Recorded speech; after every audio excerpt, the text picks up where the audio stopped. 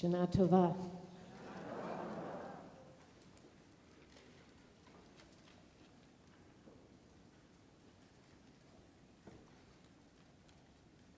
What's in a name?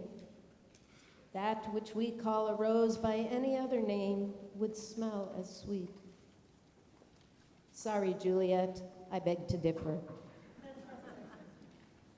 What's in a name?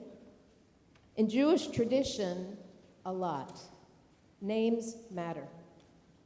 Names make things real and help us differentiate between them. In Genesis, the first things created come into being through naming. And God said, "Let there be light," and there was light. And then the first thing that sets the humans apart from the other creatures is the power to name them. A name reflects the essence of who we are. The Hebrew word for soul, neshama, has at its center the word Shem, name. Our name tells a story of our past and even of our future. Because sometimes the name given to us no longer fits and requires updating. Our biblical ancestors, Abram and Sarai, become Abraham and Sarah after they encounter God. Yaakov becomes Yisrael after wrestling with God's angel.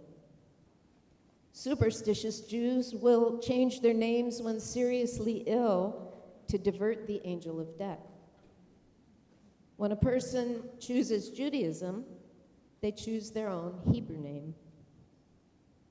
A midrash teaches that when we complete our years on this earth and face heavenly judgment, one of the most powerful questions we will be asked is, "What is your name, and did you live up to it?" What is your name, and did you live up to it?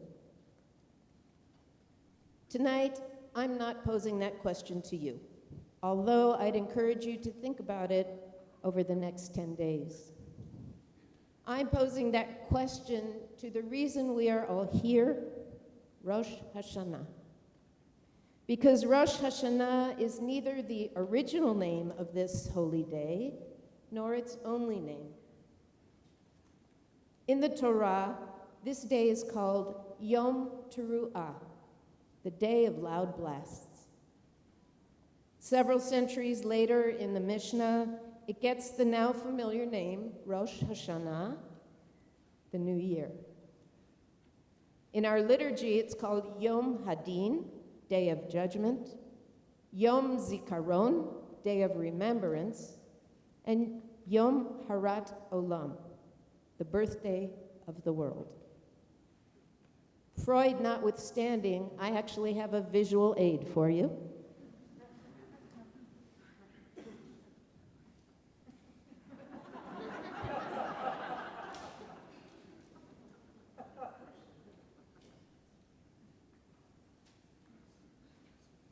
There will be a quiz.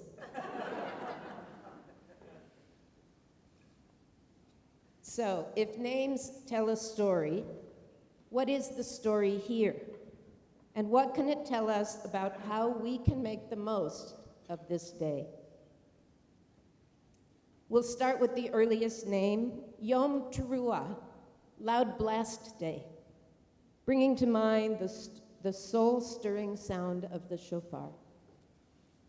In Scripture, Teruah means a loud call, either by a horn or a crowd. It can be a call to assembly or a call to war. During our Israelite ancestors' wilderness wandering, a teruah let them know that it was time to move on. In the book of Joshua, a teruah tumbles the walls of Jericho. In Psalms, teruah is a joyful shout, a form of connection with God. Ashrei ha'am yod'ei teruah, Adonai ba'or panecha yelechun. Happy is the people who know a joyful shout. Adonai, they will walk in the light of your presence. Maimonides teaches that the shofar blasts say, "Awake, you slumberers, from your sleep, and rouse yourselves from your lethargy." What will the teruah be for you on this day? Will it be a wake-up call, a joyful shout?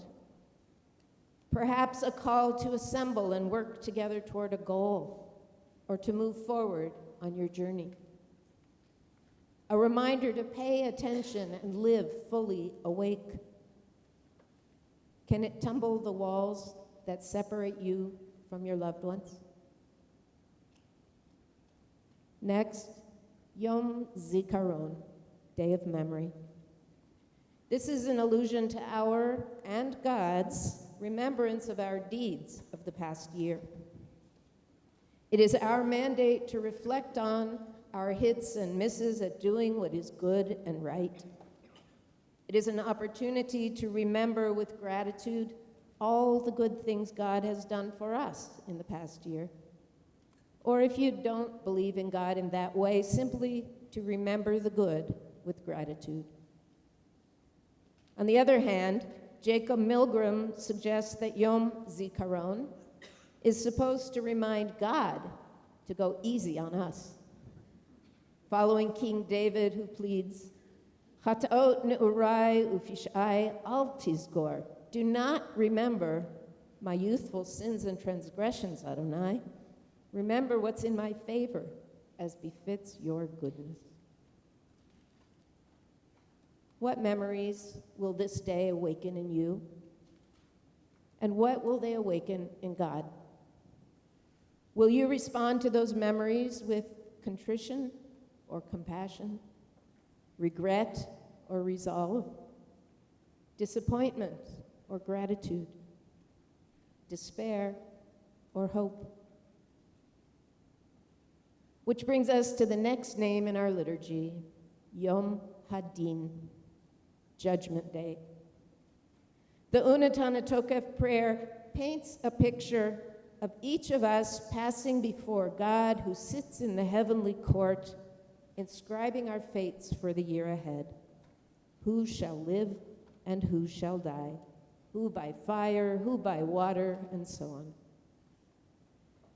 While it is certainly vivid, I don't think most of us really ascribe to this very literal theology.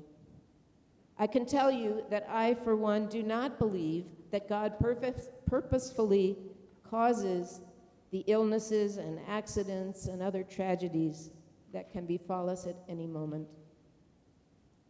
So how can Yom Hadin speak to us in a meaningful way?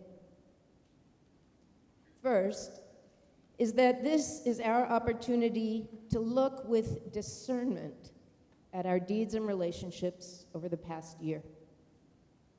I say discernment because, according to Oxford, discernment means the ability to judge well.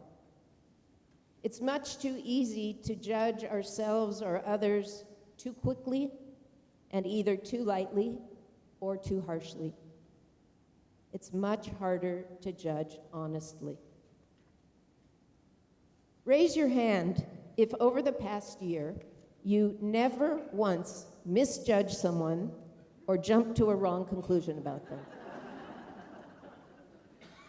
It's okay, my hand isn't up either. Despite our best intentions, the judging mind is relentless in attempts to criticize. But Yom Hadin can motivate us to slow down and quiet the judging mind so we can judge ourselves and others carefully, honestly, and with compassion. There's a midrash that when God set about to create this world, there was a debate among the ministering angels as to whether the world should be created with God's attribute of din, judgment, or rachamim, mercy. The ministering angels tell God, if you create the world with the attribute of mercy alone, sin will abound. If you create it with justice alone, it will be too harsh. So God responds, then I will create it with both justice and mercy, and I pray it will endure. And this brings us to another name for this day, Yom Harat Olam, birthday of the world. There's a Kabbalistic teaching that before the beginning, God filled all time and space. In order to make space for the created world, God chose to contract and gathered God's divine light into vessels. Unable to hold that great light, the vessels broke, and shards containing sparks of the divine fell into the newly created space. It is our job to seek out and restore God's light by collecting the shards, liberating the sparks, in acts of tikkun, repair. In essence, this makes us God's constant partners in creation. Also, birthdays are celebrations. And although today we contemplate very serious themes on this day, Hayom Harat Olam reminds us to celebrate the amazing world we live in and to embrace the promising possibilities inherent in fresh starts. On this birthday of the world, what gifts will you bring to the party? Finally, the name we know best, Rosh Hashanah, the new year, or more literally, the beginning of the year. The word Shana is the Hebrew root of lishanot, which means to change. So we could translate Rosh Hashanah as the beginning of change.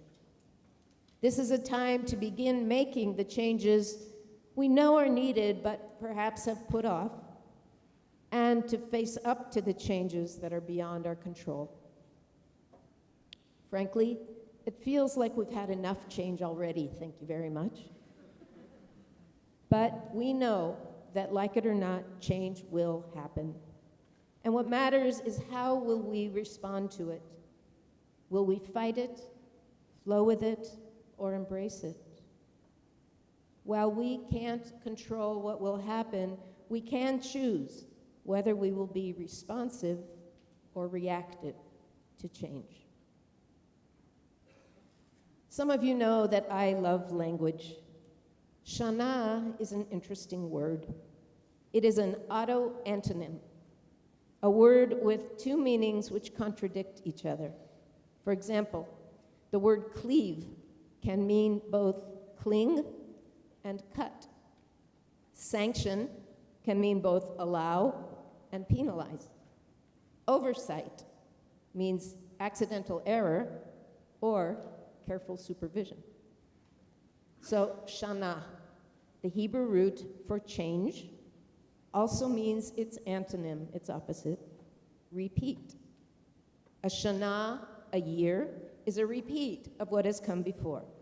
Each year, leap year notwithstanding, repeats the same number of days, weeks, and months, the same seasons and holidays. On the other hand, and in Judaism there always is another hand, while we may be repeating the same holiday as last year, we are not the same. Each of us can say with absolute certainty, I am different than I was a year ago. Contrary to the popular saying, change is not the only constant. Repetition is both inevitable and invaluable. There's comfort in repetition, and it's how we learn. Lishanot also means to teach, because we learn lessons by repeating them over and over. Rosh Hashanah is an invitation to think about what went right this past year, what we did well, and want to be intentional about repeating in the new year. The challenge is to fully inhabit the paradox, with one hand to reach for and embrace change, and with the other to hold on to what warrants repeating. That which we call a rose, by any other name, indeed smells sweet. That which we call Rosh Hashanah, by many other names, is enhanced and enriched, God willing. As Yom Teruah, it awakens us, calls us together, and moves us forward. As Yom Zikaron, this day invites us to look back at the past year with open hearts. As Yom Hadin, it helps us think judiciously, but not judgmentally, about our lives. And as Yom Harat olam, we get to celebrate and embrace new beginnings. The world is unfinished. We have work to do. But we can look forward with hope because today is Rosh Hashanah, the beginning of change and the beginning of learning. May it be a very good one for us all. Ken Yehi Ratzon, may it be so.